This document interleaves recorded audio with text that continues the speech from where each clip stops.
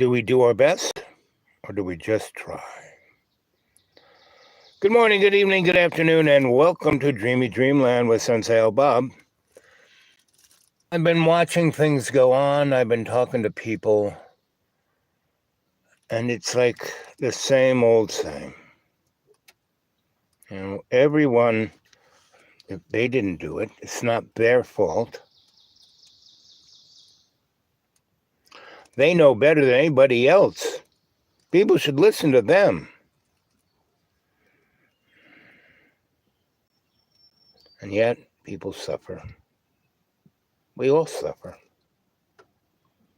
Even those who think they're not suffering, those who are in boardrooms who get like 12-figure salaries and still live paycheck to paycheck.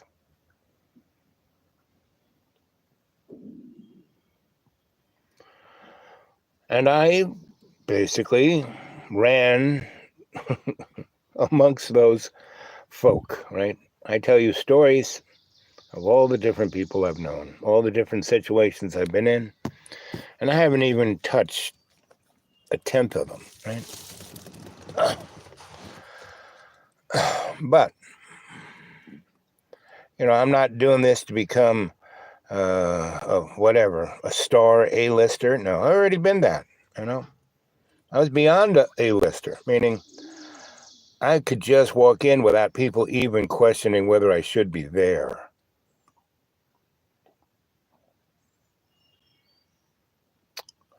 And yet, I experience all the toils and troubles and boils and bubbles that everyone else does, right?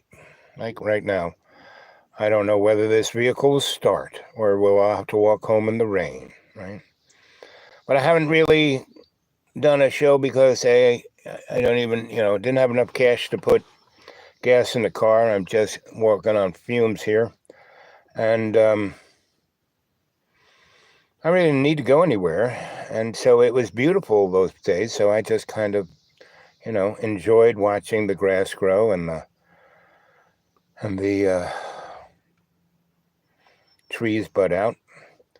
And the cockroaches are pretty much left. I mean, they haven't gone because all the properties, within 100 square miles of this place has been bought up by the mobs, the gangsters, the people laundering billions of blood money, right?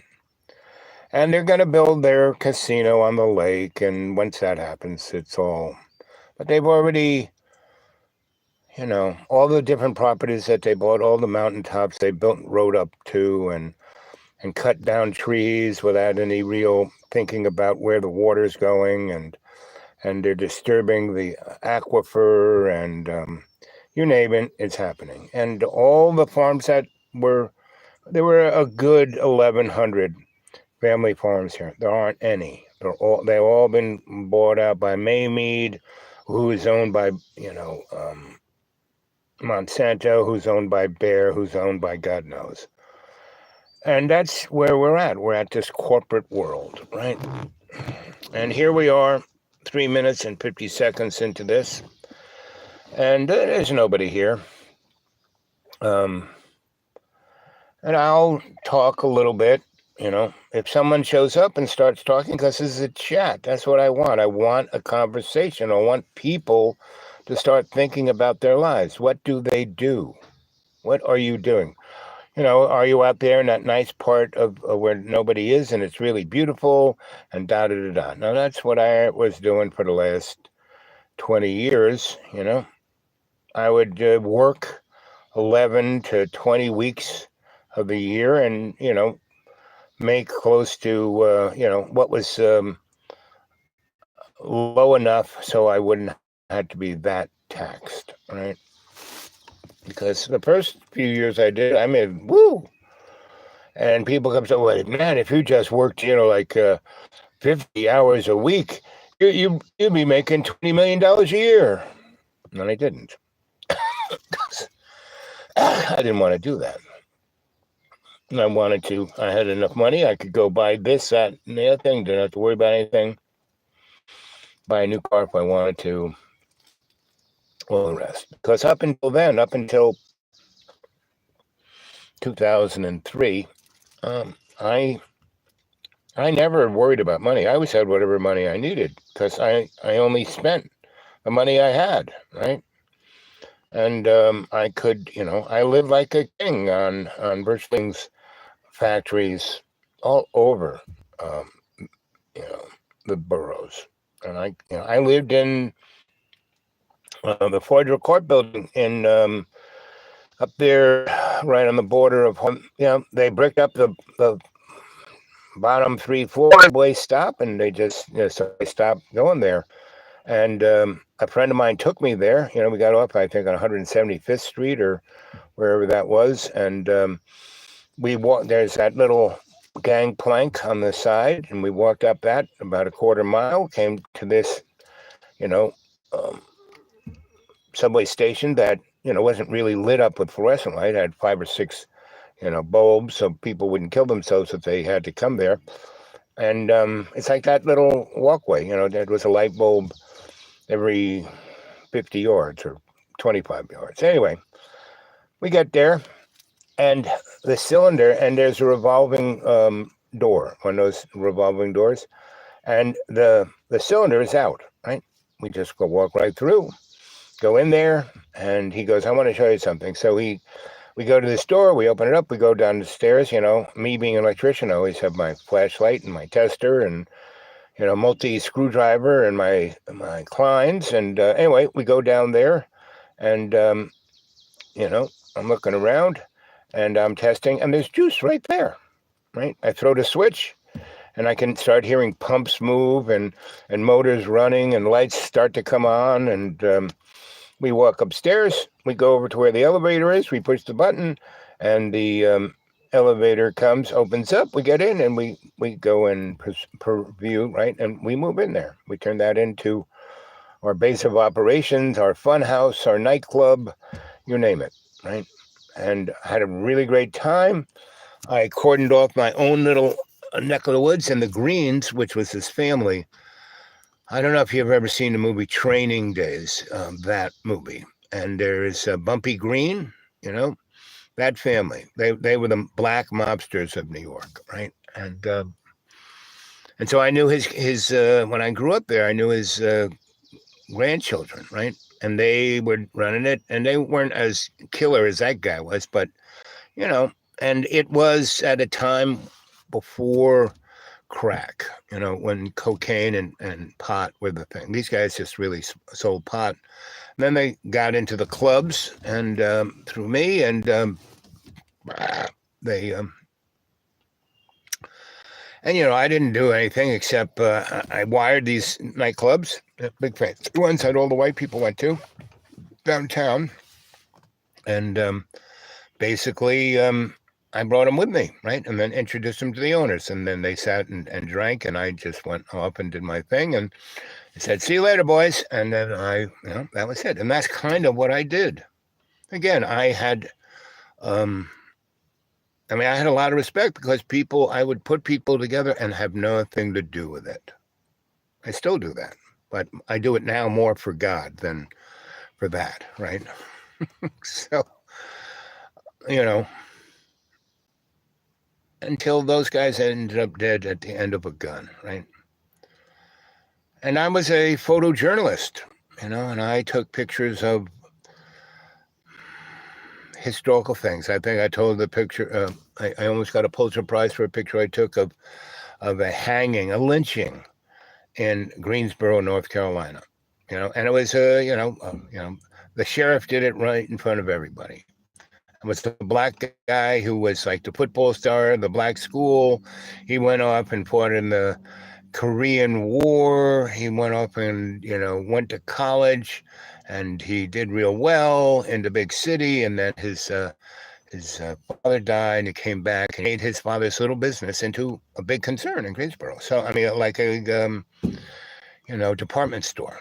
He took a little store and turned it into a department store before Greensboro had one. And even white people were shopping in his store, to the point that all the white business people said this, until they said that, he looked at a white girl the wrong way and they hung him. And then they took his business. Right. I can go into the deep story, but if you go back, I've told a story a number of times on Dreamy Dream. Good. 2,000 of them. Probably be more entertaining if you just watch that than looking at TikTok or looking at anything you might, MSNBC or any of that, because what's going on around us. I mean, so I'm just bumped into last week because I had to go to the doctors and blah blah blah, and so basically, I kept bumping into people who were either like, oh, Garrett Head is end of times. Oh, Shepard Biden. Oh, he's insane. No, guys, just go look at George Carlin's work when he had his HBO specials. I mean, he really put it out. I mean, we live in a corporate state, period. We're all slaves, period. We're all owned. You don't own that house. You don't own anything. That's why I got rid of everything. Why should I just keep, buying stuff through the bank and blah, blah, blah? No. And worry about it. Oh, am I going to pay all these bills? I don't have any real bills, really, because I don't really buy anything, right? Get half my food out of a dumpster. It's amazing what people throw away. I mean, I found these bags and bags of chicken parts, right? And they were still frozen. It was still frozen. Took them back here, cooked them all up at the same time, wrapped them up, put them down in my my root cellar, and I've been eating them for the last month. Actually, they taste better and better, right? So, guys, we're heading towards Star Trek, and we already lived through Star Wars. Let's see, who said that? Joe. Hey, both have you taken to John's? Hey, guy, you gotta put everything in caps. I can't read it. Hey, Bob, have you talked to John lately? No. Why should I? John Boy, he's never really gonna change. He's basically, he's all good. Praise God, praise Jesus. Meaning, first off, there's these 10 commandments, right? You should study those, right? And one of them, the big number one, thing is to not have false gods. And what is the biggest false god that humans have? Themselves. It's all about me, me, me, me, me. It's ego, ego, ego. Hubris, hubris, hubris. Why do you think the world is in such a bad space? People are like so out on, so John Boy, he hasn't worked a day in his life. Oh, I worked so hard. No, his parents give him money, 20 grand a month, probably, and at least 5 grand, but I've seen him, and he didn't do any work in that house. I mean, yeah, he painted the floor, he painted the wall, but, he hired guys to do 90% of the work, like all the carpentry, all of the everything. I did a lot of work because I was, wanted to make sure the place got, that first, year and I really only lived there. He bought the place from me end of 15. I left in 17, but he threw me up 32 times, right? And many of those times I stayed away for, weeks on end, months on end, right? So I wasn't there all the time. Because why should I be there? He says the same thing. He doesn't read a book. He plays the drums, he just makes a lot of noise. He plays the guitar, just makes a lot of noise. He sings the same stupid song about, stupid stuff. Nothing that emotes. What is art? Art is the dynamic where we share our feelings so the other person, the observer, is experiencing that feeling, that empathy, right?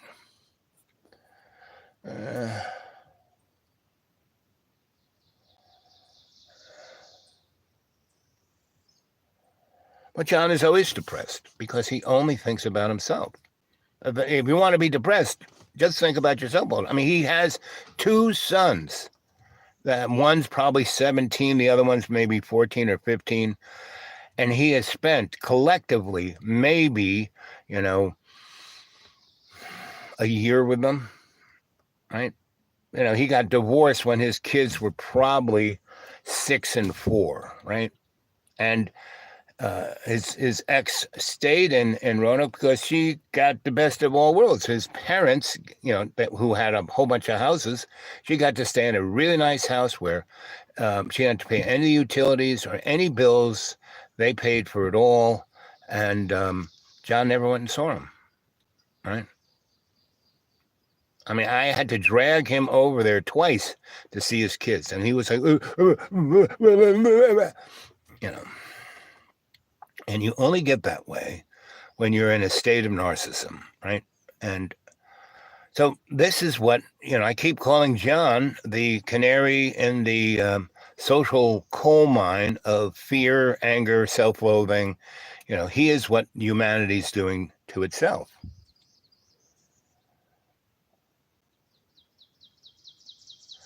And it's, Joe, it's not really a laughing matter because John represents us all. He is like, he's going through everything that all of the usual suspects, Moses, Noah, not Noah. Yeah, Moses, Noah, the guy who got eaten by the whale, even Adam, the only person he isn't like is Jesus Christ. That's really the only person. But all of those guys, who are like, the top usual suspects of the Old Testament, all they was a good example of what humans do, and they shouldn't be doing because, they have, the Ten Commandments. 10 Commandments are, before the Ten Commandments, before Exodus, from in the beginning to Exodus, man could just, he made the original sin, so he ran with that one. I mean, everybody in that thing, Abraham, Isaac, all of those guys, they tried to, oh God, I love you so much. It's just like John Boy, praise God, praise Jesus, praise God, praise Jesus. No, you got to be in that conversation, So what do you want me to do today? What am I supposed to be doing here?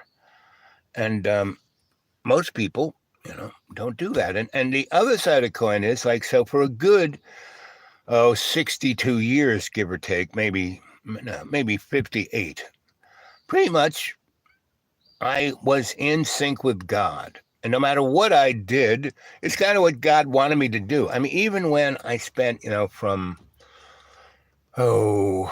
90, when did I start doing a corporate thing? 96, from 96 to 2014, right? So it's that 14 plus 4. So that's like 18 years. And, I was like super hedonist, meaning not so much that that wasn't my religion, that wasn't my God, but that was the world I worked for desperate corporate lawyers, 9-figure salaries, and they're living paycheck to paycheck, right? And I would go fix things that they couldn't do. I just walk in there and take care of it. I was a negotiator, right? And they were going to lose their shirt if they couldn't get these people to agree. And these people were super rich people who just were so full of themselves. They'd rather lose $10 million than to make sure that everyone got their fair share, right? So I would go in and take care of business. Now I've been replaced with an app, right? I don't know, 8 years ago, when I was when I wasn't dead and I was getting better and I'd lost 100 pounds and yeah, I still was in a wheelchair and still had, clamps on my legs and, stuff like that. I took out my little black book, called up some of my clients, and virtually all of them said, we replaced you with an app. I said, what? I said, well, yes, you're right. No one can replace you, but the app is so much better because, the app isn't funny. The app isn't entertaining. The app doesn't go to fancy restaurants with me and tell me stories. But what the app does, it fixes the problem, no matter what it is, for at least 8 months, and then they come back to us. So we make more money. Actually, not, you would fix it for good. We wouldn't have them as a client again. But the app fixes it for 8 months, so we get past what the judge says. Then they have to come back to us, and we can make another 300 grand. And that's where our world is at. That's why we have these wars going on. And the thing in the Strip and the thing in Ukraine, they ain't the best. The worst wars are the ones in Africa, but you're not seeing them, you know? They're as bloody, they're as nasty. You know, the one in Sierra Leone, you know, it's been going on now a year, and they have lost something to the order of 22,000 people, but they really can't tell because there are 18 million people who are totally displaced and aren't on anyone's list. They're just all over the place. And it's just total chaos, and it's basically European money that wants their because Sierra Leone, any place in Africa that has resources, they have a war. Any place that doesn't have anything, they got peace. It's quite interesting. And so we are getting deeper and deeper into this, and we're going to have a similar thing here in the United States. We're going to have a civil war, but it's going to be, why does John always wear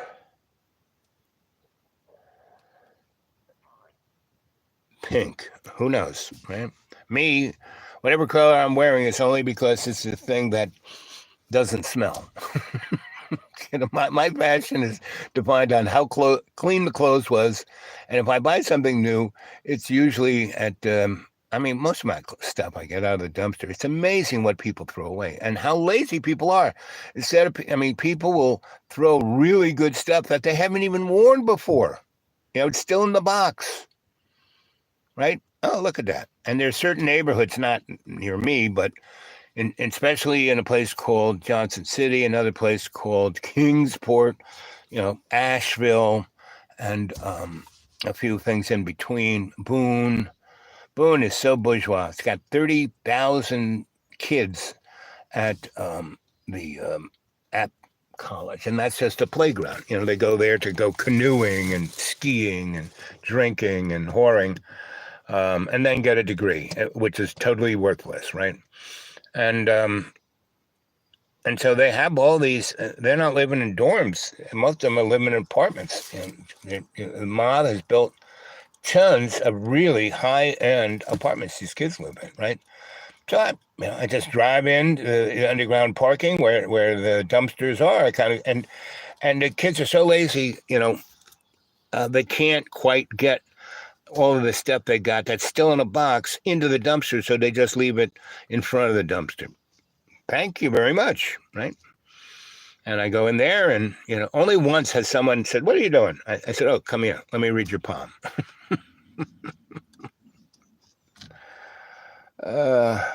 So anyway, it's, you know, John is my friend. I only wish the best for him. He is a cornucopia. I mean, I do look at his channel every now and then because, you know, I'm writing all these novels. I'm writing 18 novels. And John has so many different personalities. I just watch a little bit of that and wind a story around it. And so it's like, okay.